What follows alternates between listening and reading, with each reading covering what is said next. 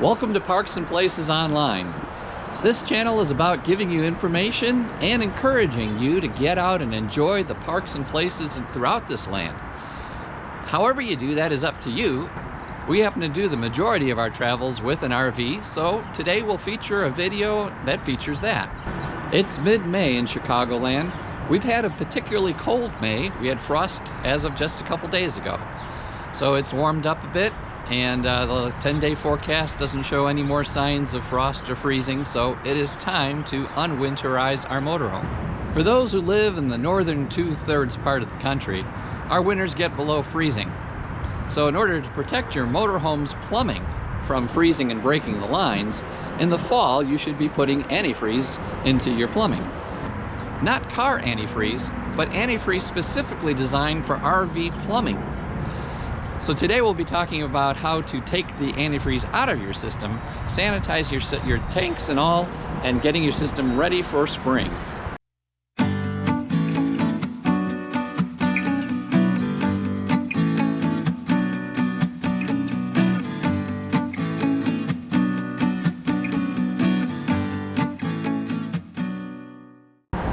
The very first thing that you should do is change clothes.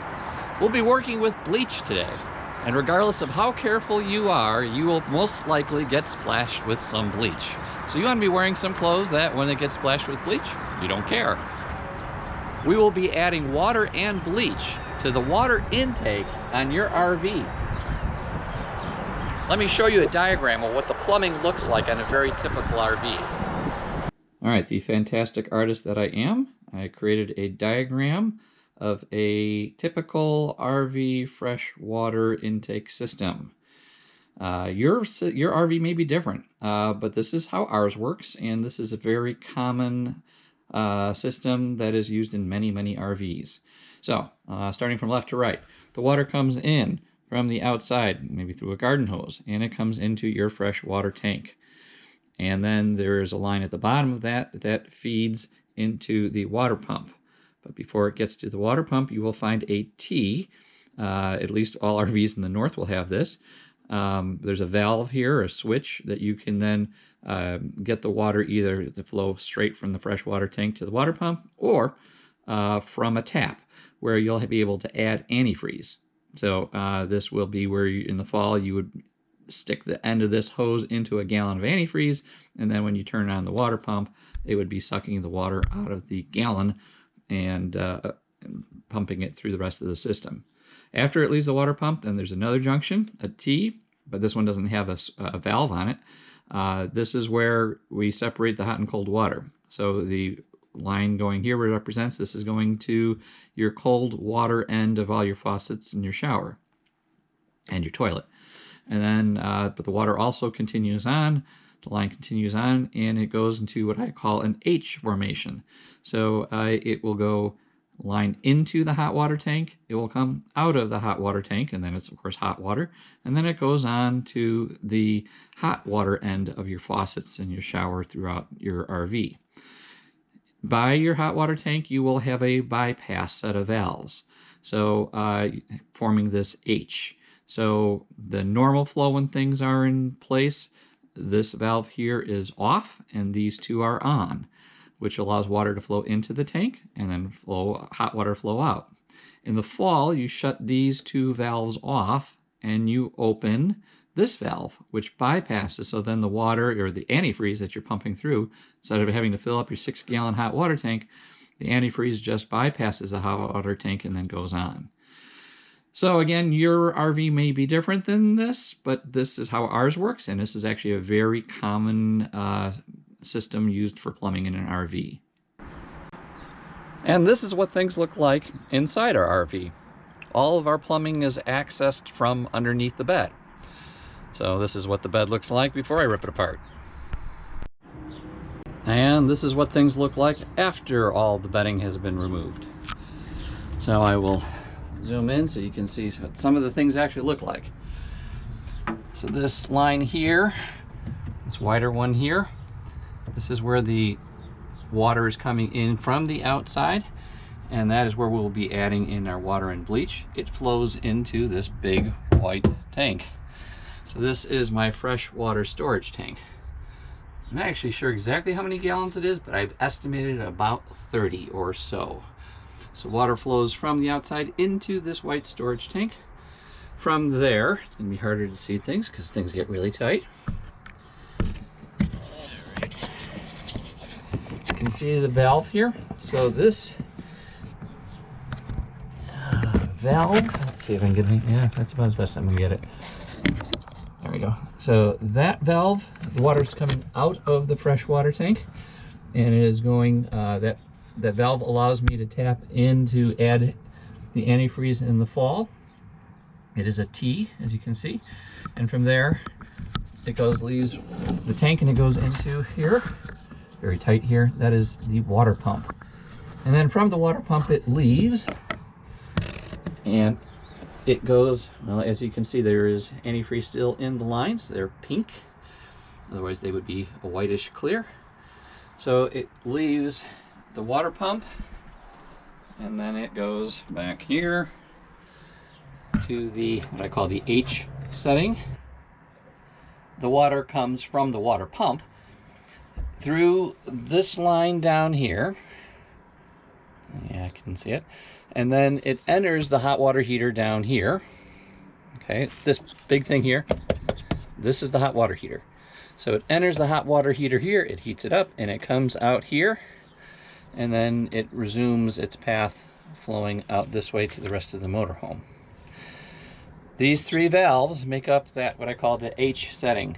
So right now, these two valves are closed, shutting off the flow to and from the hot water heater, and this is open. So for the fall, the water is running through here and then through the motorhome, bypassing the hot water heater. The first thing that I want to do is flush out the old antifreeze that's in the lines. So I'm going to do that by adding water to the tank. This is just fresh, plain old water. I'm not filling the tank, but I'm going to be adding maybe about 5 gallons or so. So now that we have a few gallons of fresh water in the holding tank, we're going to turn on our water pump. I don't know if you heard it run. It turned on for a moment. And then we're going to turn on the water on each line, the hot line and the cold line. When we turn it on, it will start out flowing pink, because that's the antifreeze coming out of the system. So you're running the water until it turns clear.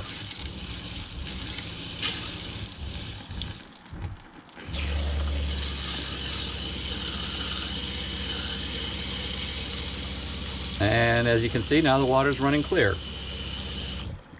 Now I'll do the hot.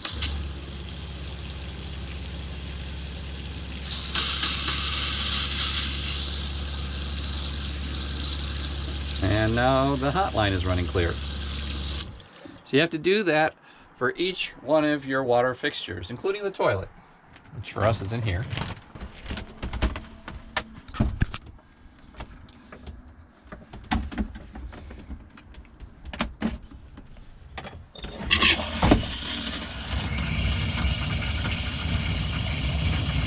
All right, now that's running clear.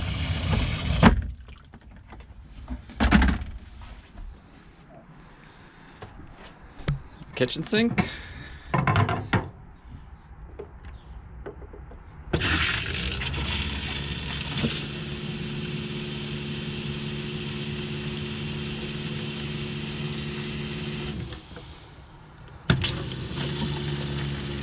Hot water line. Make sure you do the cold and the hot water line for each of your sinks, toilet, and, oh, I didn't do the shower. All right, switch to wide angle. Maybe that'll be easier. All right, so we have a shower toilet combo. So you might even be able to see if the pink in the line. I don't know if that shows up on the camera. But anyways, we are going to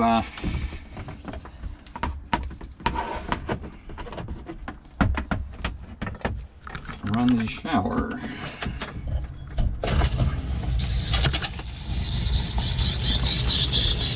There's the hot water line.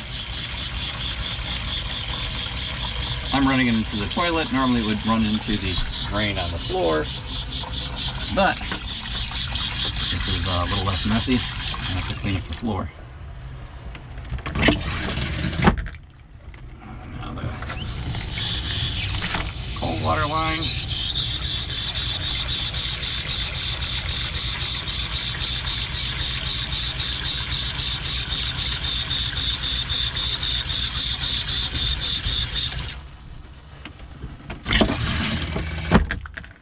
All right. So the shower, the toilet, the bathroom sink, and the kitchen sink have all been flushed. I still have to go outside. All right, I have an outdoor shower that I unlocked. So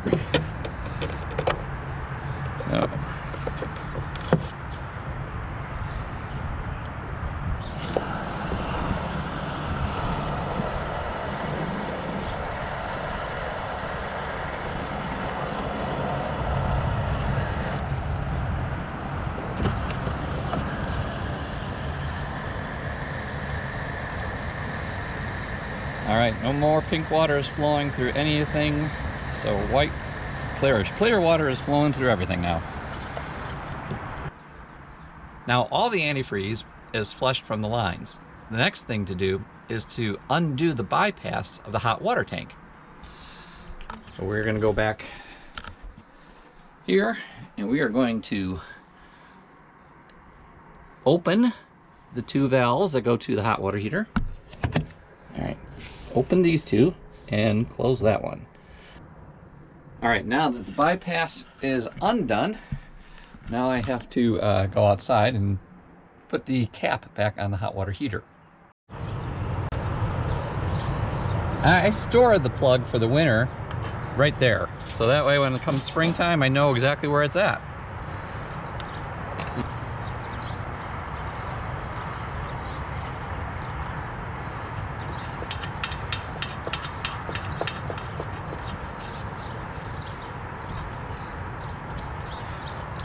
It works out well if you use a socket wrench. It happens to be a 15/16 socket, which is very non-standard. My setup's a little more complicated because since I have this tube here that stores the sewer hose, this door does not go down all the way. So therefore it makes it extra hard to get there. So I use a universal on the socket so that I can then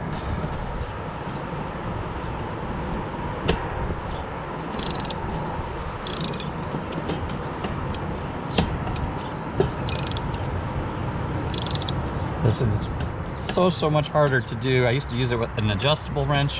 That was nuts. So the socket is great, but the universal makes it really doable. You don't have to, you're not tightening it all the way, you're just tightening it so that it's secure. That is more than tight enough. All right, so the hot water tank is back to being plugged up. All right, we now have the hot water heater bypass undone, and we have the hot water heater plug put back. Now it's time to sanitize the entire plumbing system, including the hot water tank. To do that, we're going to add bleach to our holding tank and then run that bleachy water through the entire plumbing system. It helps to know how big your freshwater holding tank is. A good rule of thumb is about 1/4 cup of bleach for every 15 gallons that your tank holds. So our tank, I think, is less than 30 gallons, so we're going to put about 1/3 cup of bleach into our freshwater tank. All right, 1/3 cup of bleach. Darlene's like, it doesn't have to be exactly 1/3, and I'm like, hey, I'm doing a video, it's got to be precise. Not really. It helps an awful lot to buy one of these funnels that have a slinky thing, not just for doing this job, but also we've been at places that had only well water that you had to pump out, and so we'd fill buckets and then pour the buckets into the motorhome with this. So bleach goes in here.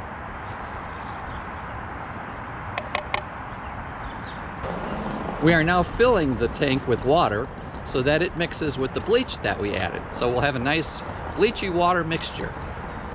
All right, so where we're at right now is that we have a bleachy water mix that has been added to the freshwater holding tank.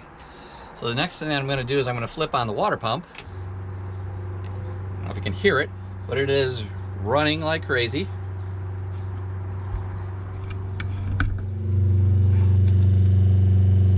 why it's running like crazy is because it is filling the hot water tank. Can you hear that? So the hot water tanks are 6 gallons typically. So there is 6 gallons of bleachy water that is now being pumped from there into the hot water tank. All right, the water pump turned off, which means that 6 gallons of water have been pumped from the fresh water tank into the hot water tank. You can see there's about that much of water drained from the fresh water tank. So now what I'm going to do is I'm going to turn on the hot and cold lines like I did to remove the antifreeze. I'm going to do that to bring the bleachy water through the lines to sanitize the lines. All right, so now I turn on the cold water line, and you can tell by the color, this is where you're most likely get splashed with bleach. I did warn you. So as there's air pockets in the line, things splash. And as they splash, now remember there's bleach in this water, so this is where you will ruin your clothes. Hence the importance of step 1. Make sure you're wearing clothes you don't mind if it gets splashed with bleach. So you're running the water until it gets the bleachy water through the lines. How long that takes? Well, about as long as it took you if you remember to get rid of the antifreeze.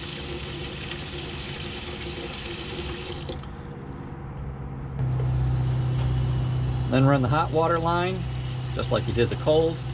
Run them separately. That way you know for sure that you're getting the water through each line. If you run them both together, you don't really know that. Now when you do the outside shower, you remember it's going to be bleachy water, so you don't want that draining into your grass. So I have it draining into a bucket, and that I can then dump the bucket appropriately. So now we have bleachy water run through the entire plumbing system of the RV. There's bleachy water in all the lines, in the hot water tank, and the fresh water tank. Almost. So since we've used water to get water throughout the system, there's now missing water from the fresh water tank. There's probably a good 3 inches or so of the top of the tank that is not exposed to bleachy water. So what I'm going to do is I'm going to top off that fresh water holding tank so that it gets more water all the way to the top of the tank so that it all gets mixed together with bleach. Then after that, we let it sit. For us, we like to let it sit for about 2 hours. The bleach has been working for 2 hours, and the system is now completely disinfected. So I have since then, I have drained all the bleachy water out of the system, and I'm now refilling it with fresh water. Now there's 2 thoughts on this. You can fill it with fresh water and then drain it, and fill it with fresh water and drain it, trying to get rid of the bleach. Or you can do what we do, and that is, I got about halfway full now. We take about a half a cup of baking soda and mix it with about 1 gallon of warm water. This dissolves a lot better in warm water.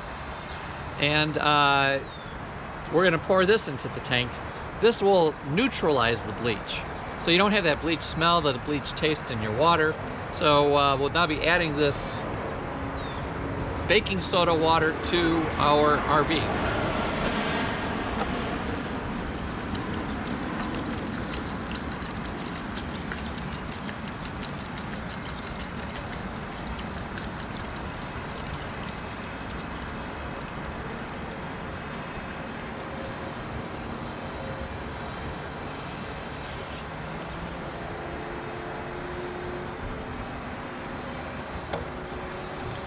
Again, you want to make sure the baking soda is very well dissolved, because the last thing you want is any buildup of baking soda crud in your tank. So now we'll fill it up to the max with water, run this through all of the systems, and then that will neutralize the bleach smells. And then after that, we will drain the baking soda water, and then we will refill it with fresh water, and we are ready to go. We hope you liked this video. If you did, give it a thumbs up and subscribe to this channel so you get notifications of other videos. Thanks for watching.